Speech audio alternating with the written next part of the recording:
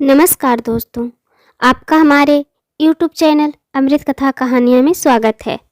आज हम आपको जया एकादशी व्रत कथा सुनाने जा रहे हैं।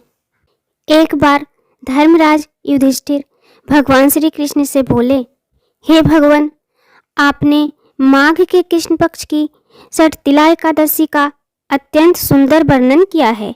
आप स्वदेज, अंडज, उद्भिज और जरायुज चारों प्रकार के जीवों के उत्पन्न, पालन तथा नाश करने वाले हैं।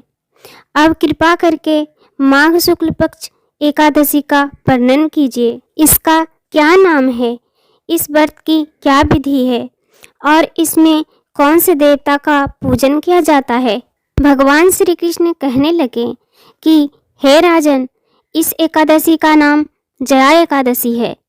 इसका व्रत करने से मनुष्य ब्रह्म हत्या आदि पापों से छूटकर मोक्ष को प्राप्त होता है तथा इसके प्रभाव से भूत पिशाच आदि योनियों से मुक्त हो जाता है। इस व्रत को विधि पूर्वक करना चाहिए। अब मैं तुमसे पद्म पुराण में वर्णित इसकी महिमा की एक कथा सुनाता हूँ।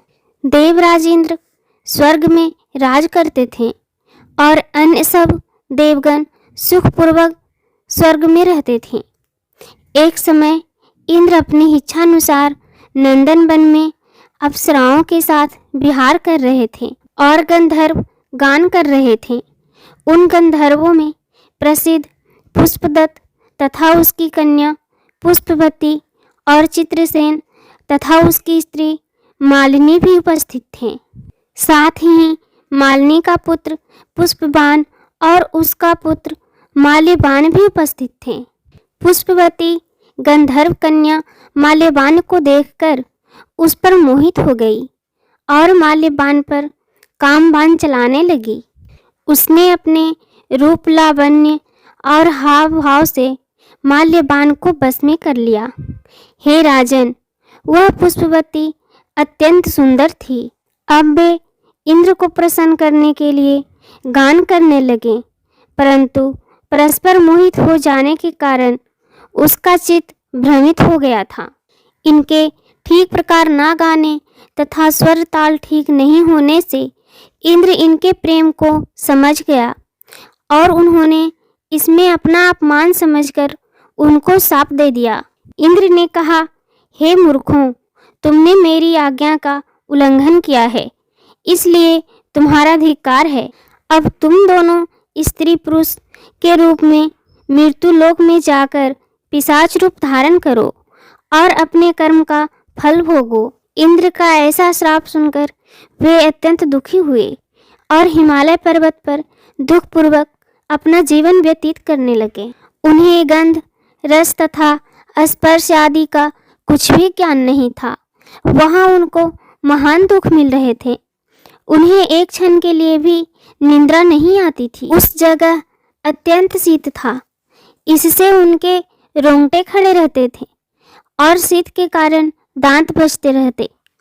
एक दिन पिशाच ने अपनी पत्नी से कहा कि पिछले जन्म में हमने ऐसे कौन से पाप किए थे जिससे हमको यह दुखदायी पिशाच योनि प्राप्त हुई है। इस पिशाच योनि से तो नरक के दुख सहना ही उत्तम है, अतः हमें अब किसी प्रकार का पाप नहीं करना चाहिए। इस प्रकार विचार करते हुए वे अपने दिन व्यतीत कर रहे थे। दैव योग से तभी माघ मास में शुक्ल पक्ष की जया नामक एकादशी आई। उस दिन उन्होंने कुछ भी भोजन नहीं किया और न कोई पाप कर्म किए, केवल फल फूल खाकर ही दिन व्यतीत किया और सायंकाल के समय महान दुख से पीपल के वृक्ष के नीचे बैठ गए। उस समय सूर्य भगवान अस्त हो रहे थे। उस रात को अत्यंत ठंड थी, इस कारण वे दोनों शीत के मारे अति दुखित होकर मृतक के समान आपस में चिपटे हुए पड़े रहे। उस रात्रि को उनको निद्रा भी नहीं आई। हे राजन, जया एकादशी के उपवास और रात्रि के जागरण से दूसरे दिन प्रभात होते ही उनकी पिशाच योनि छूट गई। अत्यंत सुंदर गंधर्व और अप्सरा की देह धारण कर उन्होंने स्वर्गलोक को प्रस्थान किया। उस समय आकाश में देवता उनकी स्तुति करते हुए पुष्प वर्षा करने लगे। स्वर्गलोक में जाकर इन दोनों ने देवराज इंद्र को प्रणाम किया। इंद्र इनको पहले रूप में देखकर अत्यंत आश्चर्यचकित हुआ और पूछने लगा कि तुमने अपनी पिशाच योनि से किस तरह छुटकारा पाया, सो सब बतलाओ। माल्यवान बोले, हे देवेंद्र, भगवान विष्णु की कृपा और जया एकादशी के व्रत के प्रभाव से ही हमारी पिशाच देह छूटी है। तब इंद्र बोले, हे माल्यवान, भगवान की कृपा और एकादशी का व्रत करने से न केवल तुम्हारी पिशाच योनि छूटी है, वरन हम लोगों के भी बंधनीय हो गए हो, क्योंकि विष्णु और शिव के भक्त हम लोगों के बंधनीय हैं। अतः आप धन्य हैं। अब पुष्पवती के साथ जाकर विहार करो। श्री कृष्ण कहने लगे, हे राजन, इस जया एकादशी के व्रत से बुरी योनि छूट जाती है।